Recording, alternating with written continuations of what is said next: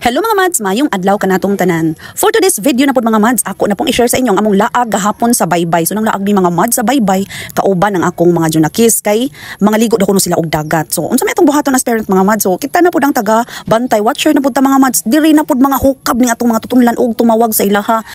While gabantay ko mga mads ako mga junakis nga nangaligo, nagreminis po ko mga mads no kay nahinumdum ko sa panahon nga diri pa mi sa baybay nagpuyo. So mga mads, diri gid taon mi nagpuyo sa baybay 4 years gid mi diri nagstay kay nag fish and squid buyer pod mi sa una pagkamatay lagi sa akong ginikanan, kami malagi ning hulip diri. So naapon mi diri nagpuyo mga mads. So sweeto gid kaayo ko sa kinabuhi diri sa baybay mga mads. So nagtanaw-tanaw ko sa mga pambot nga gialsa sa mga labor mga mads kay managat na ang mga mananagat. Nahinumdum gid ko sa unang panahon nga grabe yung bisiha before sila managat, andamon pa nato ang mga dalhunon nila like sa gasolina, sa sigarilyo, din mag-init pa tag tubig kay pakapihon pa nato sila daan.